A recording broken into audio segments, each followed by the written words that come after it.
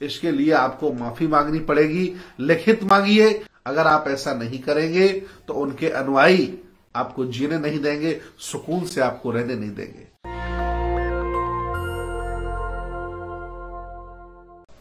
दया शंकर सिन्हा, जो 86 साल जिनकी उम्र है, आईएएस हैं, उत्तर प्रदेश के कासगंज जिले में उनका जन्म हुआ है। वर्तमान में वो नोएडा सेक्टर 16 में रहते हैं। उनकी रुचि लेखन की है, इतिहासकार की रुचि है, उन्होंने कई नाटक लिखे हैं। और अभी हाल ही में एक मूर्ख पत्रकार ने एक मूर्ख नाटककार का इंटरव्यू लिया और इस इंटरव्यू में उन्होंने कहा कि औरंगजेब जैसा था सम्राट अशोक। मुसलमानों की आड़ में श्रमण परंपरा के राजा महाराजाओं को, सम्राटों को अपमानित करने का ये क्रम ये बहुत पहले से संघी परंपरा के लोग कर रहे हैं। अपने धर्म के लिए, अपने मजहब के लिए, अपनी विरासत के लिए, अपनी संस्कृति के लिए अगर कोई इनसे हटकर के काम करता है तो ये उसे अपमानित करते हैं, उसकी बेइज्जती करते हैं, भारतीय संस्कृति में उसे शर्मसार करते हैं, उसके चरित्र पर लांछन लगाते हैं। इस्लामिक परंपरा के अनुसार औरंगजेब ने, किसी मौलाना से पूछिए तो बहुत अच्छा किया था। और अगर कोई गुलाम ब्राह्मणों का सम्राट राजा रहा हो और उसने उनके अनुसार किया हो तो दया शंकर सिन्हा जी से पूछ लीजिए, उन्होंने बहुत अच्छा किया होगा। आदरणीय, आप बुजुर्ग हैं, बड़े बूढ़े हैं, अब आप मरने वाले हैं, 2-4 साल में चले जाएंगे, संसार से विदा हो जाएंगे।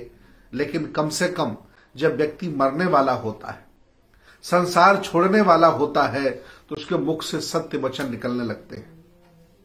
मैं चाहता हूं आदरणीय दया शंकर सिन्हा जी, आपकी 86 साल उम्र है। एक जिक्र करना चाहता हूं, 86 साल के एक और व्यक्ति हैं, उनका नाम नंद कुमार बघेल है, भूपेश बघेल जी के पिताजी हैं।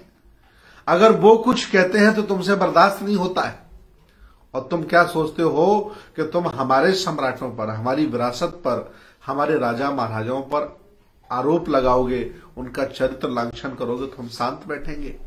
मैं अपील करता हूं जिंदा लोगों से, समतावादी, मानवतावादी, सम्राट अशोक के प्रति आस्था रखने वाले लोगों से, खास तौर से सम्राट अशोक क्लब के लोगों से, कि वो कासगंज में सिन्हा जी के घर पर जाने का काम करें और नोएडा में सेक्टर 16 में हमसे व्यक्तिगत संपर्क करिएगा। उनका नंबर भी हम देंगे। हालांकि मैंने स्वयं उनके नंबर पर बात करने का प्रयास करा है, वह फोन नहीं उठा रहे हैं, कभी कभी स्विच ऑफ कर लेते हैं। उनकी हिम्मत नहीं है कि इंटरव्यू देकर के वो हमसे बात कर लें। भारतीय इतिहास कुचल दिया गया था, तोड़ दिया गया था, दफन कर दिया गया था।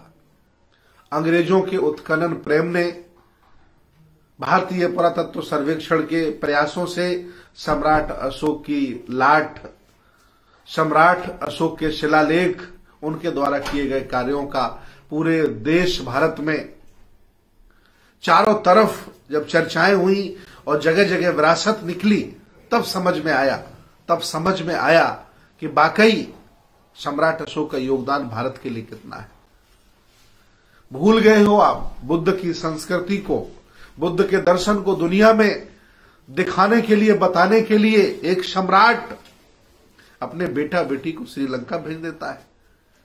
और श्रीलंका के लोग कहते हैं कि अगर संघमित्रा और महेंद्र श्रीलंका में न आए होते तो आज भी श्रीलंका के लोग मछली और चावल खा रहे होते, उन्हें दर्शन, संस्कृति और विकास का कोई अता पता न होता। ऐसे सम्राट पर आईएएस अफसर हैं आप, एंट्रेंस एग्जाम दिया होगा, मेंस दिया होगा, आप कई बड़े बड़े पदों पर रहे हैं, आपको शर्म आनी चाहिए। आप बूढ़े व्यक्ति हैं, आपको ये सब नहीं करना चाहिए था। और आप जिनके इशारे पर, जिस घृणित मानसिकता से आप कर रहे हैं, वो भी हम लोग जान रहे हैं। आप नफरत फैलाओ, हम प्यार देंगे। आप चाहे जितना चरित्र लांछन करो, हम लोगों के बीच में जाकर के सच्चाई बताएंगे। आपने ये लिखकर, ये बोलकर उनको आरोपित नहीं किया है, उनका चरित्र लांछन नहीं किया है, बल्कि उनके प्रति सम्मान को लोगों में और बढ़ा दिया है, और ज्यादा प्रबल समर्थक उनके हो गए हैं। लोग ढूंढ रहे हैं, सम्राट अशोक को पढ़ने लगे हैं। जिन किताबों का आपने जिक्र किया है, श्रीलंका का इतिहास, बर्मा की किताबें, तिब्बत की किताबें, दिव्यावदान श्रीलंका के ग्रंथ का आपने जिक्र किया है, मैंने उनको सबको पढ़ा है। ये सब गलत आपने लिखा है, इसके लिए आपको माफी मांगनी पड़ेगी। लिखित मांगिए या वीडियो बना करके मांगिए। अगर आप ऐसा नहीं करेंगे तो उनके अनुयायी आपको जीने नहीं देंगे, सुकून से आपको रहने नहीं देंगे। एटा का घर, कासगंज का घर भी आपका खोज लिया गया है, नोएडा का घर भी आपका खोज लिया गया है। आप सुबह टहल नहीं पाओगे जनाब। आपने बहुत अपराध किया है। सम्राट अशोक पर अभद्र टिप्पणी करके आपने बहुत बड़ा अपराध किया है। इसकी सजा आपको मिलेगी, अवश्य मिलेगी, और आप सजा भुगतने के लिए तैयार रहिएगा। मैं सभी लोगों से आह्वान करता हूं, इनके घरों में जाइए और इनके घरों में घुस करके अहिंसात्मक तरीके से इनसे बहस करिए और इन्हें बताने का काम करिए कि तुम बूढ़े हो, मरने वाले हो, बुद्धि तुम्हारी ठीक नहीं, ये अब अपराध आपने क्यों किया। मैं चाहता हूं आप सभी लोग शांति बनाए रखें। इन मूर्खों के लिखने से, इन मूर्खों के इंटरव्यू से सम्राट अशोक के कद को कोई नीचा नहीं कर पाएगा, उनके मान सम्मान को कोई कमजोर नहीं कर पाएगा। इन मूर्खों के बोलने से क्या फर्क पड़ता है। लेकिन फिर भी टिट फॉर टैट, बुद्ध ने हमें हिंसा के लिए मना किया है, लेकिन कायर नहीं बनाया। जवाब देना पड़ेगा और दूंगा।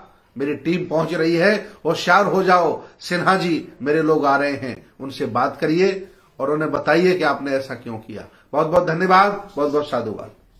नेशनल दस्तक की आपसे गुजारिश है कि अगर इसको बचाना चाहते हैं तो नेशनल दस्तक को सब्सक्राइब करने के लिए रेड कलर के सब्सक्राइब बटन को दबाएं, फिर बेल आइकन की घंटी दबाएं। नेशनल दस्तक को बचाने के लिए बहुत जरूरी है कि हर खबर को शेयर करें, लाइक करें, कमेंट जरूर करें।